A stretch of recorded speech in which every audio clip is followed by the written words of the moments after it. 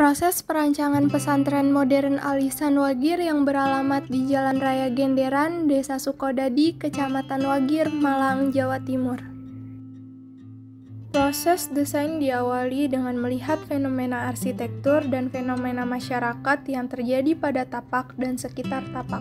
Hal ini bertujuan untuk menciptakan desain yang menyatu antara masa lampau, masa kini, dan masa mendatang dengan tidak berbuat kerusakan terhadap bumi, seperti firman Allah dalam surah Al-A'raf ayat 56 yang artinya, "Dan janganlah kamu membuat kerusakan di muka bumi, sesudah Allah memperbaiki dan berdoalah kepadanya dengan rasa takut tidak akan diterima dan harapan akan dikabulkan.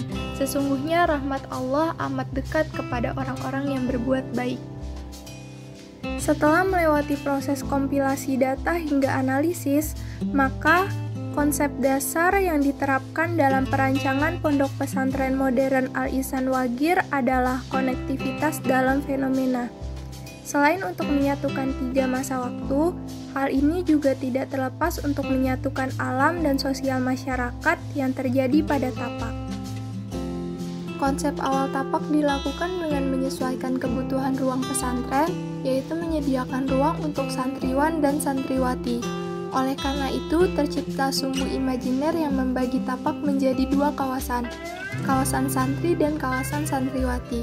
Sumbu imajiner kawasan santri memanjang ke arah barat laut, sedangkan sumbu imajiner kawasan santriwati memanjang ke arah timur laut.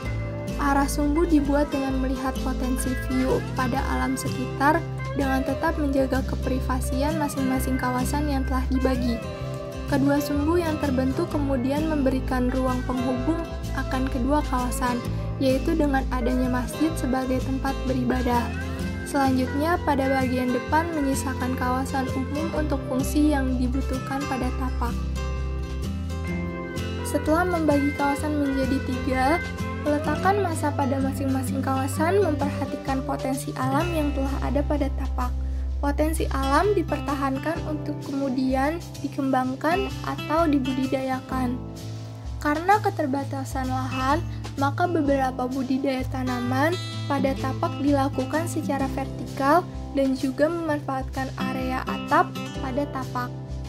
Layout tapak dibentuk dari huruf A dalam aksara Jawa, sesuai makna huruf A sebagai harapan terhadap awalan dan terbaik, yaitu harapan awal dari terciptanya generasi terbaik penerus bangsa dari pesantren ini.